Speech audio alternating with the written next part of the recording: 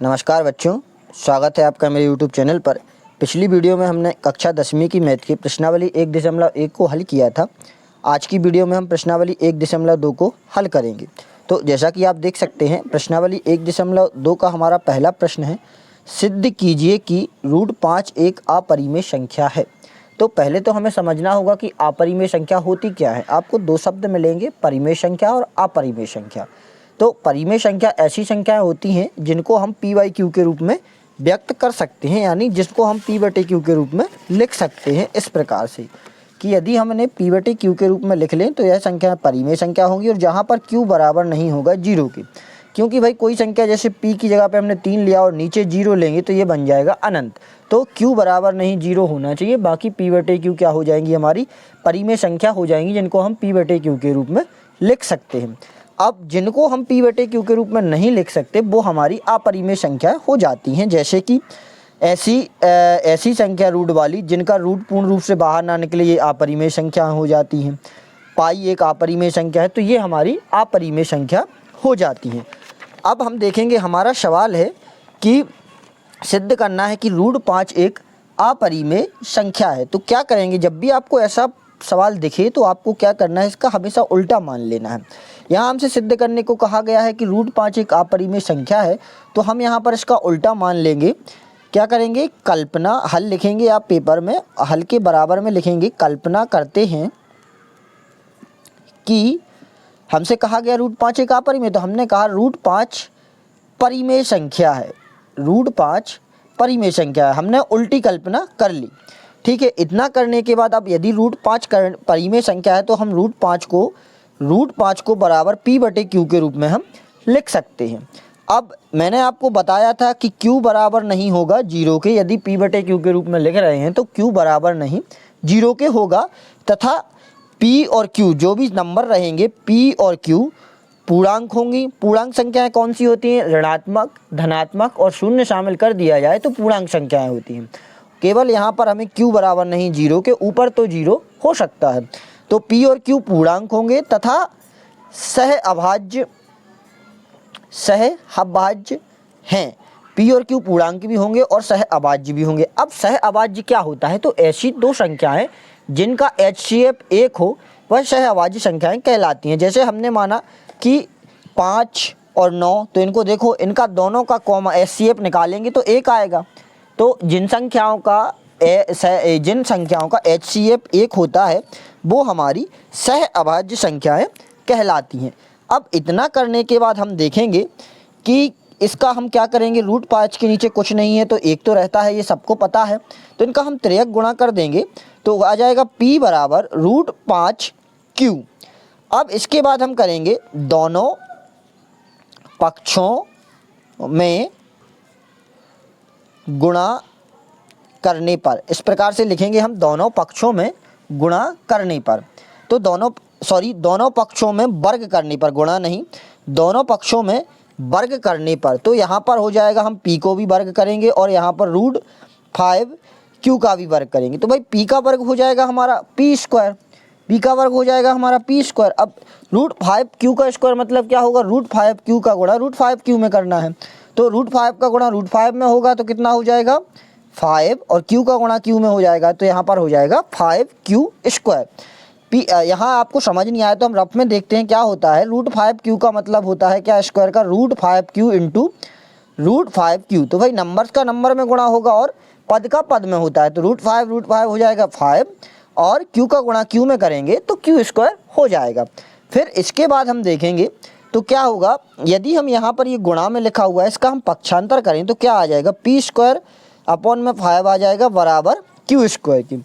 यहाँ जो हमने ऊपर लिखा है p² बराबर 5q², हम इसको समीकरण नंबर 1 दे देंगे। फिर उसके बाद हम देखेंगे तो यहाँ से हमें एक चीज़ निकल रही है कि भाई p² के बटे में 5 है बराबर q² है, मतलब p² की जगह पे ऐसी संख्या होगी कि जिसमें यदि हम 5 से भाग करेंगे तो हमें कौन सी संख्या मिलेगी, q² मिलेगी। तो इसका मतलब क्या हुआ कि p² 5 से विभाजित है, तभी तो भाई जब 5 से विभाजित है तभी तो वहाँ पर q² बनेगा। तो हम लिख देंगे p² 5 से विभाजित है तो क्या होगा, p भी 5 से विभाजित होगा, p भी 5 से विभाजित होगा। इतना लिखने के बाद अब हम क्या करेंगे कि समीकरण एक में हम P बराबर हम 5m रख देंगे। समीकरण एक में P बराबर 5m रखने पर, तो भाई समीकरण एक में जहाँ जहाँ P है वहाँ पर हम 5 रख देते हैं। तो पहले यहाँ P स्क्वायर है, तो P स्क्वायर की जगह पे हम रखेंगे 5m, तो इसका स्क्वायर हो जाएगा, बराबर में है 5q स्क्वायर। ठीक है भाई, 5m का स्क्वायर मतलब 5 का स्क्वायर 25 और m का स्क्वायर m स्क्वायर बराबर 5q स्क्वायर। तो ये इससे कट जाएगा, तो बचेगा कितना, 5m स्क्वायर बराबर q स्क्वायर की। अब यदि हम m स्क्वायर को यहीं रहने दें, इसको हम समीकरण नंबर 2 दे देंगे और बराबर में क्या करेंगे, q स्क्वायर के बटे में 5 आ जाएगा। मतलब q स्क्वायर की जगह ऐसी संख्या है कि जिसको हम 5 से विभाजित करेंगे तो यहाँ पर क्या बनेगा, m स्क्वायर बनेगा। तो इसका अर्थ क्या हुआ कि भाई q स्क्वायर 5 से विभाजित है। यदि भाई q स्क्वायर 5 से विभाजित है तो q भी 5 से विभाजित होगा,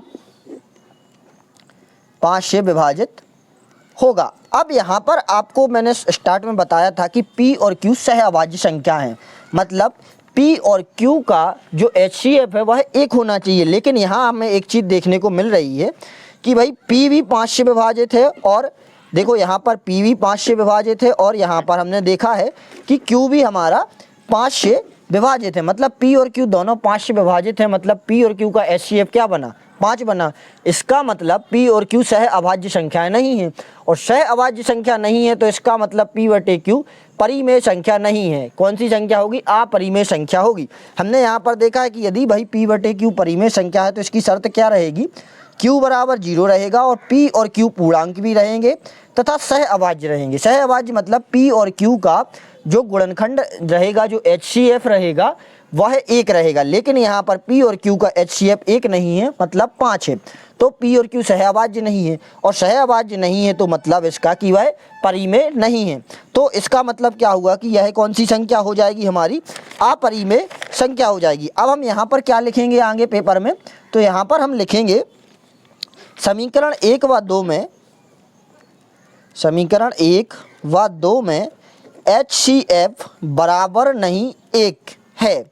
क्या मतलब हुआ कि HCF 1 के बराबर नहीं है समीकरण 1 2 में, अतः हमारी कल्पना गलत है।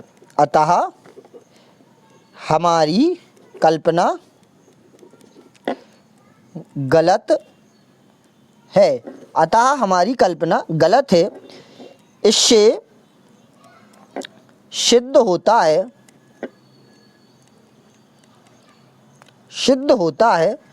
कि √5 एक अपरिमेय संख्या है। अब इससे क्या सिद्ध हो गया कि √5 एक अपरिमेय संख्या है। अब इसी प्रकार के प्रश्न आपको पेपर में देखने को मिलेंगे। यहाँ पर हमने √5 के लिए किया है, हो सकता है भाई आपसे पूछ लिया जाए √3, √2, √7, √9, किसी भी प्रकार का √10, ऐसा किसी भी प्रश्न पूछ लिया जाए तो आपको क्या करना है, सेम इसी तरीके से करना है। केवल √5 की जगह वहाँ पर हम जो भी आपसे पूछा जाए वो रख देंगे। बहुत आसान सा सवाल है। यदि एक बार हमें चीज़ समझ में आ जाए या कॉन्सेप्ट हमें समझ में आ जाए तो हमें सारी चीज़ें आसान हो जाती हैं। अब हम प्रश्नावली का दूसरा सवाल देखते हैं। तो दूसरा सवाल हमसे पूछा गया है, क्या है, इसमें भी हमें सिद्ध करना है कि 3 धन 2 करनी 5 एक अपरिमेय संख्या है। तो अब हम इसको कैसे सिद्ध करेंगे, तो वही इसमें भी हमें वही करना है जो हमने पहले सवाल में किया था कि पूछा है अपरिमेय संख्या है सिद्ध करना, तो हम इसका उल्टा मान लेंगे। तो लिखेंगे हम, कल्पना करते हैं कि, क्या कल्पना करेंगे कि 3 धन 2 करनी 5 एक परिमेय संख्या है। उल्टी कल्पना कर लेना है कि भाई परिमेय संख्या है, और यदि यह परिमेय संख्या है भाई तो P बटे Q के बराबर में होगी। तो 3 धन 2 करनी 5 बराबर P बटे Q के होगी। और जहाँ पर क्या शर्त रहेगी कि Q बराबर नहीं 0 की, क्योंकि Q 0 होगा तो सब गड़बड़ हो जाएगा, काम अनंत बन जाएगी संख्या। इतना करने के बाद क्या होगा, ये 3 है, हम इस 3 को पक्षांतर कर देंगे। यहाँ प्लस में लिखा हुआ है, आगे कोई चिन्ह नहीं है, मतलब प्लस का चिन्ह है, तो इसको हम पक्षांतर कर देंगे तो इस साइड पहुँच जाएगा। रूट वाली संख्या को हम यहीं रखेंगे, P बटे Q वहाँ प्लस में था तो यहाँ माइनस का 3 हो जाएगा। अब यहाँ पर क्या है, ये 2 गुणा में है, 2 करनी 5, तो हम √5 को यहीं रहने देते हैं और p/q - 3 अपॉन क्या हो जाएगा हमारा 2 हो जाएगा। अब यहाँ से एक चीज़ देखना, √5 तो हम सभी को पता है, जो ऐसे रूट जो पूर्ण रूप से बाहर ना निकले, जैसे यहाँ पर √4 होता तो √4 का अंडर रूट क्या निकलता, 2 निकलता, तो ये परिमेय संख्या हो जाती। लेकिन जिनका अंडर रूट नहीं निकल रहा है वह अपरिमेय संख्याएं रहती हैं। तो क्या होगा, भाई हमें पता है कि भाई रूट करनी 5 तो एक अपरिमेय संख्या है, लेकिन यहाँ पर हमने क्या कहा कि p/q एक परिमेय संख्या है। तो ऐसा हो सकता है कि भाई हम बीच में बराबर का चिन्ह लगा रहे हैं और एक तरफ अपरिमेय संख्या और एक तरफ परिमेय संख्या हो, ऐसा तो इम्पॉसिबल है, क्योंकि भाई जो यहाँ पर मान होगा वही यहाँ पर होना चाहिए। बराबर तभी लगता है LHS बराबर RHS, लेफ्ट हैंड साइड बराबर राइट हैंड साइड। तो ये परिमेय संख्या है और ये अपरिमेय संख्या, ये असंभव है। तो हम लिखेंगे इसमें आगे कि क्या लिखेंगे हम, ये कौन सी संख्या है, अपरिमेय संख्या बराबर परिमेय संख्या, यही हो रहा है यहाँ पर भाई, अपरिमेय संख्या बराबर परिमेय संख्या असंभव है। इसमें हम लिखेंगे, पेपर में इसी प्रकार से लिखना है, असंभव है, अतः हमारी कल्पना गलत है। हमने क्या जो कल्पना की थी कि यह एक परिमेय संख्या है तो गलत है, अतः हमारी कल्पना गलत है। सिद्ध होता है कि 3 धन 2 करनी 5 एक अपरिमेय संख्या है। अब आपको ये समझ में आ गया होगा। यदि आपको इस प्रकार के प्रश्न मिले तो आपको क्या करना है कि भाई सबसे पहले हमें हमेशा उल्टा मान लेना है, और जहाँ यदि हमने उल्टा माना मतलब परिमेय संख्या मानी तो वह बराबर हो जाएगी p/q के, p/q के बराबर रहेगी, लेकिन q बराबर नहीं 0 के रहेगा। फिर इसके बाद हमारा क्या होगा कि भाई यदि ये बराबर है तो रूट वाली संख्या को हम यहाँ रखेंगे, बाकी सारी चीज़ों का यहाँ पक्षांतर कर देंगे। तो यहाँ पर एक तरफ अपरिमेय संख्या बची, एक तरफ परिमेय संख्या, जो कि असंभव है भाई, दोनों चीज़ें बराबर होना चाहिए। इस साइड भी 10 रुपये हैं तो इस साइड भी 10 रुपये होना चाहिए, तभी बराबर होगा ना। कि ऐसा हो जाएगा कि इस तरफ भाई 10 रुपये हो, इस तरफ हम 1000 रुपये रख दें तो ये गड़बड़ हो जाएगा। बस इस प्रकार से आपके सॉल्व हो जाएंगे। यदि आपको एक बार कॉन्सेप्ट क्लियर हो जाता है तो आप किसी भी सवाल को आसानी से हल कर दोगे। अब हम देखेंगे इसी प्रश्नावली के तीसरा सवाल।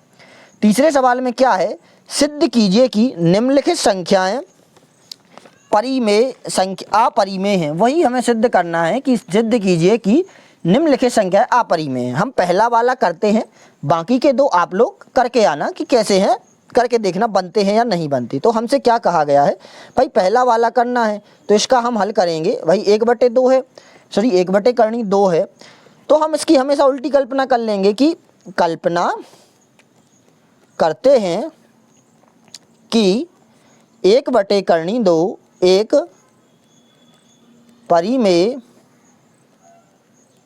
संख्या है। भाई हमने हमेशा उल्टी कल्पना कर लेनी है कि भाई ये एक परिमेय संख्या है। अब ये परिमेय संख्या है तो भाई काय के बराबर हो जाएगी, p/q के बराबर हो जाएगी, और जहाँ पर क्या कंडीशन रहेगी, q बराबर नहीं होगा 0 के। ठीक है, अब इतना करने के बाद हम क्या करेंगे, इसको पलट देंगे। अंक पलटने पर भाई दोनों तरफ हम पलट देंगे। जैसे 1 करनी 2 है तो करनी 2/1 मतलब करनी 2 हो जाएगा। p/q का हम q/p कर देते हैं। अब यहाँ भी वही बात बन रही ना, सेम बात यहाँ भी आ रही है कि भाई ये हमारी, आप सभी को पता है, ऐसी संख्याएं जिनका अंडर रूट ना निकले पूर्ण संख्या के रूप में वो अपरिमेय संख्या, तो √2 हमारी अपरिमेय संख्या है, लेकिन p/q हमारी एक परिमेय संख्या है। तो ऐसा संभव है का, देखो यहाँ पर है अपरिमेय संख्या बराबर परिमेय संख्या असंभव है। क्या है भाई, असंभव है। तो भाई हम यहाँ पर भी वही लाइन लिखेंगे, अतः हमारी कल्पना गलत है। भाई जो हमने कल्पना की थी वह हमारी गलत है, तो अतः हमारी कल्पना गलत है, हमारी कल्पना गलत है। तथा क्या हो जाएगा भाई, सिद्ध क्या हुआ हमारा कि सिद्ध होता है। अब हम आगे लिखेंगे कि इससे अतः सिद्ध होता है, आगे हम लिखेंगे पेपर में, अतः सिद्ध होता है कि 1/2 अपरिमेय संख्या है। इसी प्रकार से आपको ये दोनों वाले सवालों को करके लाना है कि 7 करनी 5 और एक 6 धन करनी 2, इनको करके देखना है आपसे बनते हैं या नहीं। यदि आपको कॉन्सेप्ट समझ आ जाएगा तो किसी भी सवाल को आप आसानी से कर लोगे, क्योंकि सवाल सारे सेम रहेंगे, केवल नंबर्स बदलेंगे। और इसी प्रकार से आपको बोर्ड परीक्षाओं में भी पूछे जाएंगे और सेम इसी प्रकार से आपको लिखने हैं। आप एक फेयर रजिस्टर या एक अलग से रजिस्टर बना सकते हैं, इन चीज़ों को लिख सकते हैं।